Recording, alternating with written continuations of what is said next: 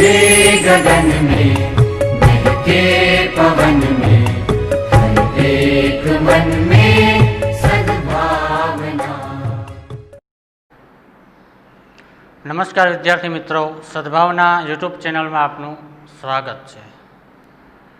आज આપણે પાઠ 3 ધોરણ 10 સંસ્કૃત પાઠનું નામ છે જનાર્દનસ્ય પશ્ચિમ સંદેશ। આગળ આપણે બે પાઠ લઈ લીધા છે, સમ ગચ્છધ્વમ અને બાલ ઉત્તિષ્ઠ શ્રેયાત શ્લોકવાળો આપણે લીધેલો પાઠ અને એક માછલાવાળો યદ ભવિષ્યવાળો। आज पाठ नंबर 4 विषय संस्कृत धोरण 10 जनार्दनस्य पश्चिम संदेश। जनार्दन जनार्दनस्य એટલે કે જનાર્દન એટલે કે ભગવાન કૃષ્ણ અને સ્ય એટલે કે નો ભગવાન કૃષ્ણનો પશ્ચિમ પશ્ચિમ કોઈ દિશાની વાત નથી કરી, પશ્ચિમ એટલે કે અંતિમ અથવા તો છેલ્લો, સંદેશ એટલે કે સંદેશ, ભગવાન કૃષ્ણનો છેલ્લો સંદેશો અથવા તો ભગવાન કૃષ્ણનો અંતિમ સંદેશો। એના રચયિતા છે મહાકવિ ભાસ।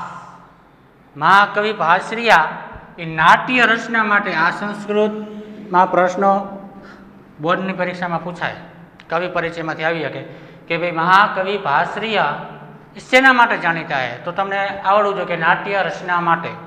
એનું અવરું પણ પૂછાઈ શકે કે નાટ્ય રચના માટે કયા કવિ જાણીતા છે, તો આપણે આવશે મહાકવિ ભાસ। મહાકવિ ભાસની જે રચના રહી કુલ કેટલી છે? 13। ફરીથી કરાવું, નાટ્ય રચના તરીકે જાણીતા હોય તો મહાકવિ ભાસ। મહાકવિ ભાસની નાટ્ય રચના અથવા તો રૂપકોની સંખ્યા કુલ કેટલી છે? 13। આ પણ પરીક્ષામાં પૂછાય કે મહાકવિ ભાસની રૂપકોની સંખ્યા કેટલી, તો કે 13। અને 13 રૂપક્રિયા એનું નામ કયું?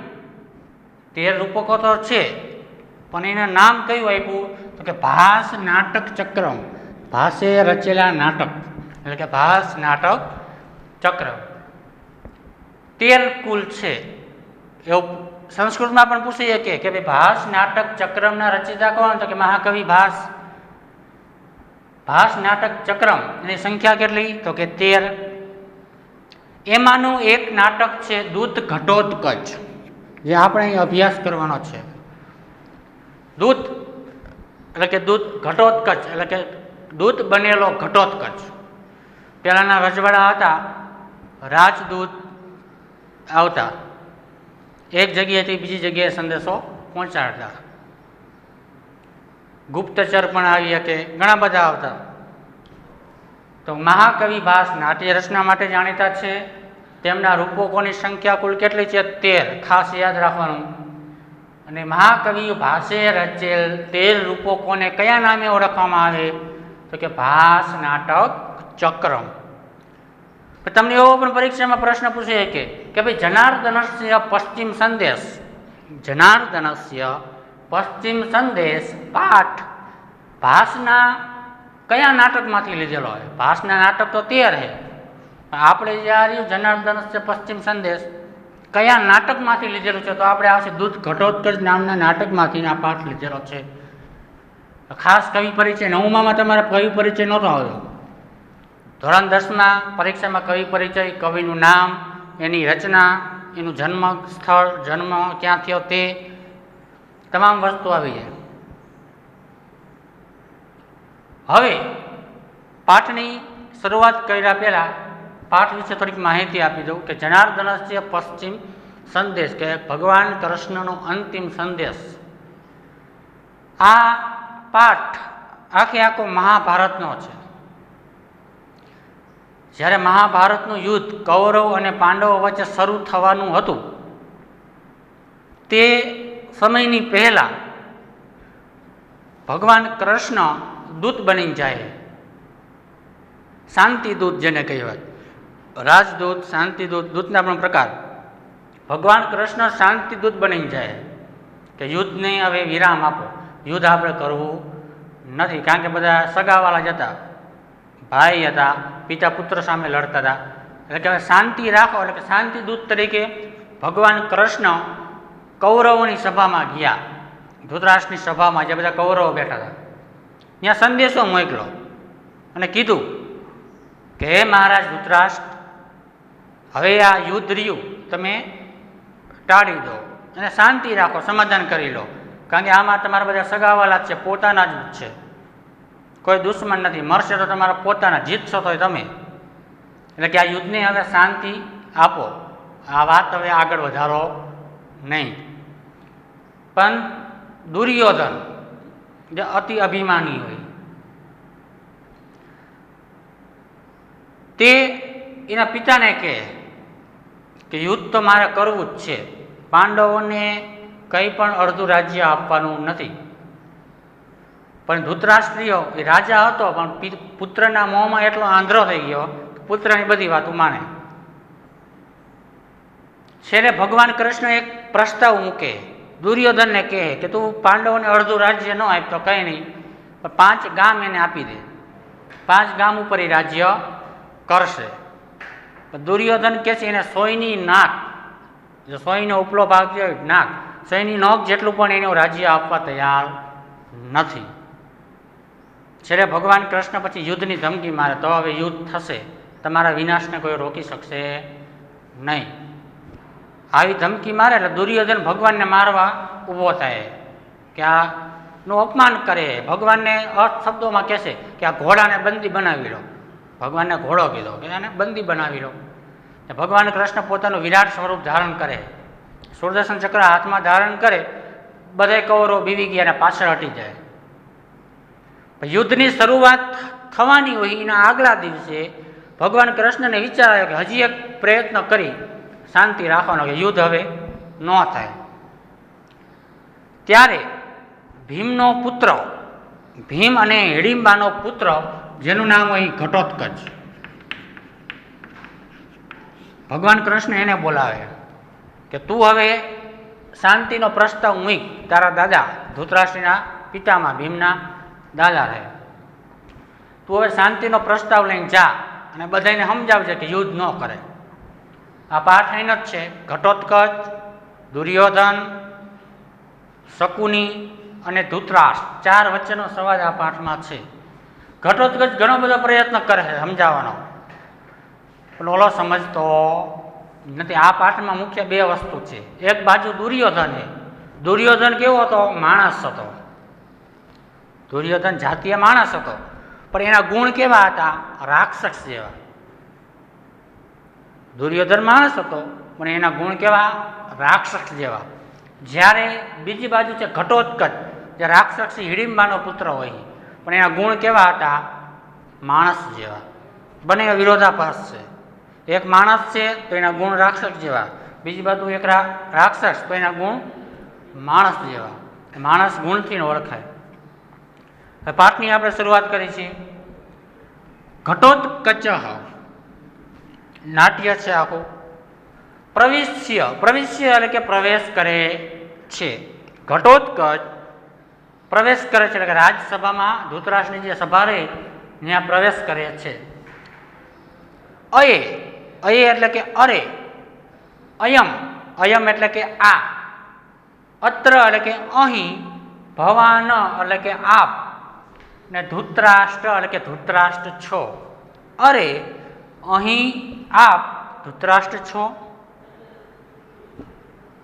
અનાર્ય સતસ્ય, અનાર્ય એટલે કે આર્યના, સત એટલે કે 100, એમ પણ લખીએ કે 100 પુત્રને ઉત્પાદયતા, ઉત્પાદયતા એટલે કે જન્મ આપનારા, 100 પુત્રને જન્મ આપનારા. ધૃતરાષ્ટ્રના પુત્ર કેટલા હતા?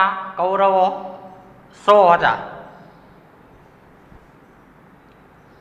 ફરીથી કરાવું છું. ઘટોત્કચ પ્રવેશ કરીને અરે, અહીં આ ધૃતરાષ્ટ્ર છે, અથવા તો અહીં આપ ધૃતરાષ્ટ્ર છો. 100 પુત્રને ઉત્પન્ન કરનારા. અનાર્ય સત, સત એટલે કે 100 પુત્રને ઉત્પન્ન કરનારા. પછી કીધું છે ઉપશ્રુત્ય, ઉપશ્રુત્ય એટલે કે પાસે જઈને. પિતામહ ઘટોત્કચ અભિવાદયે, અભિવાદય એટલે કે અભિવાદન કરું છું. પાસે જઈને પિતામહ હું ઘટોત્કચ અભિવાદન એટલે કે પ્રણામ કરું છું. ઇત્ય એટલે કે આટલું, ઉક્તે એટલે કે બોલીને, આટલું બોલીને અટકી જાય છે. ફરીથી કરાવું છું. ઘટોત્કચ પ્રવેશ કરીને, અરે આ અહીં આપ ધૃતરાષ્ટ્ર છો, સો પુત્રને ઉત્પન્ન કરનારા. પછી આવશે પાસે જઈને પિતામહ ઘટોત્કચ અભિવાદન કરું છું, હું ઘટોત્કચ અભિવાદન કરું છું. આટલું બોલીને આગળ ન એટલે કે નહીં નહીં, નહીં નહીં. અયમ એટલે કે આ, અક્રમ, ક્રમ એટલે કે ક્રમ, લાઇનસર આપણે કહીએ, ને અક્રમ એટલે કે ક્રમ નથી. નહીં નહીં, આ ક્રમ નથી.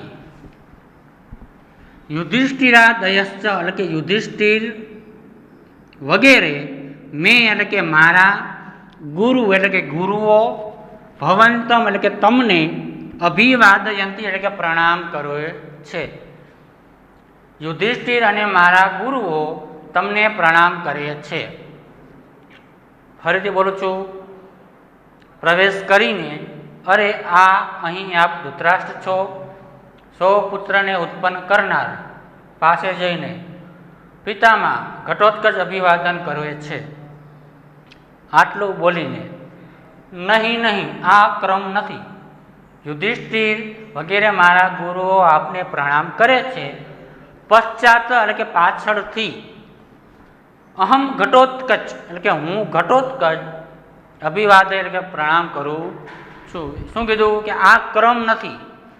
ક્રમ એટલે કે પહેલાં મારા ગુરુ, મારા યુધિષ્ઠિર, મારા વડીલો તમને પ્રણામ કરે છે, અને પછી હું ઘટોત્કચ તમને પ્રણામ કરું છું. કારણ કે ઘટોત્કચ નાનો છે. પહેલાં એમના વડીલોનું, પિતાનું નામ લીધું કે મારા પિતા ભીમ, અર્જુન, યુધિષ્ઠિર, એ બધા તમને પ્રણામ કરે છે. પછી હું તમને પ્રણામ કરું છું. પહેલાંના જમાનામાં નિયમ હતો, કોઈ પણ વ્યક્તિ દિવસમાં જેટલી વાર ભેગા થાય પહેલાં પ્રણામ શબ્દ બોલતા. સામે યુદ્ધભૂમિ કેમ ન હોય, બે શત્રુ યુદ્ધમાં લડવા ગયા હોય સામ સામે, એક મોટો એક નાનો હોય, તો નાનો શત્રુ મોટાને પછી યુદ્ધ ચાલુ કરતા. ભલે દુશ્મની હોય છતાં એ પહેલાં પ્રણામ કરતા. શું કામ? વડીલોને હંમેશા પ્રણામ કરવા જોઈએ. હવે આ 4 લાઈન લઈ 5 પરીક્ષા માટે આઈએમપી છે, ખાસ આમાં ધ્યાન રાખજો. ધૃતરાષ્ટ્ર 4 માર્કમાં પૂછાય કે ધૃતરાષ્ટ્ર એહી એહી એટલે કે આવ આવ, એહી એટલે આવ. ધૃતરાષ્ટ્ર આવ આવ, પુત્ર એટલે કે પુત્ર. ધૃતરાષ્ટ્ર બોલે છે કે પુત્ર આવ આવ.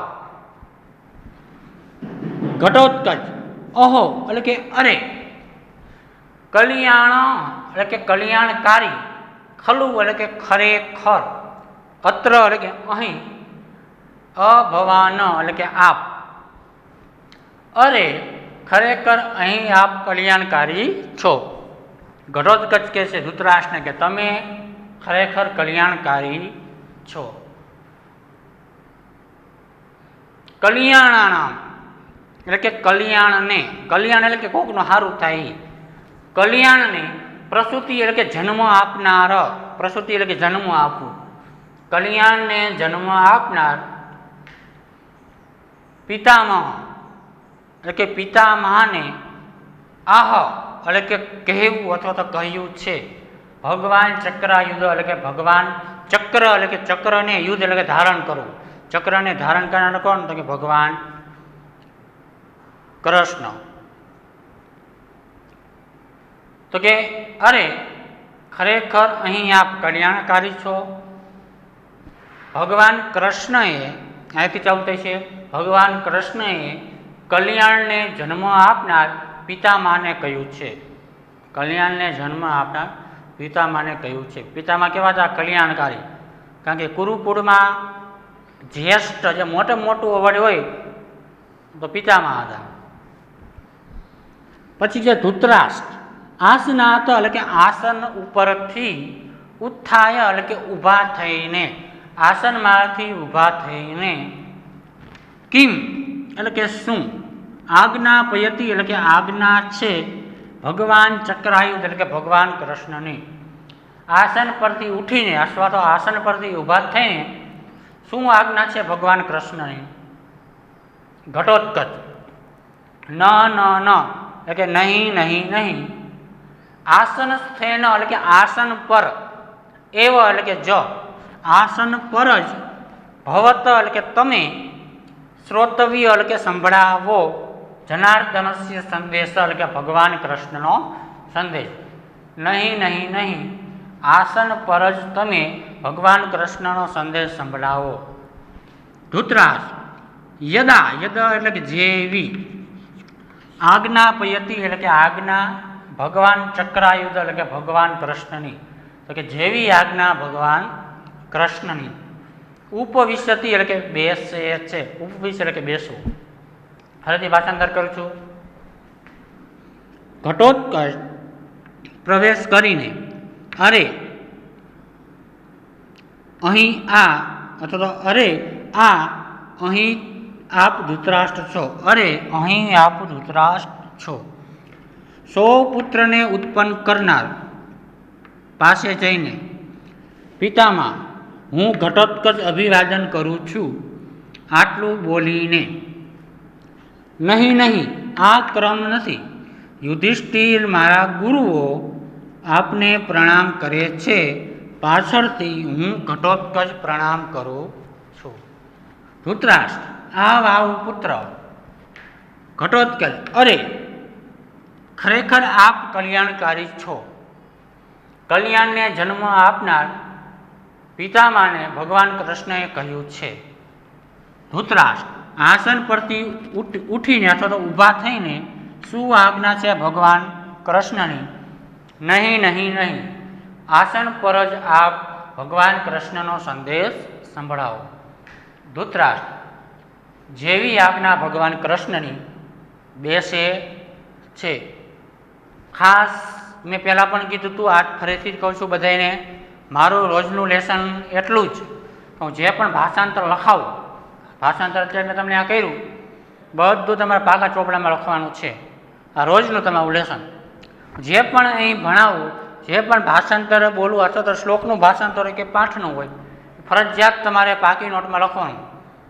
જો આમાં તમને મોબાઈલમાં દેખાવામાં તકલીફ પડતી હોય તો નવનીતમાં આપણે ભાષાંતર આપ્યું છે, રોજે રોજનું જેટલું ચડાવવું એમાં નજર નાખીને લખી લેવું.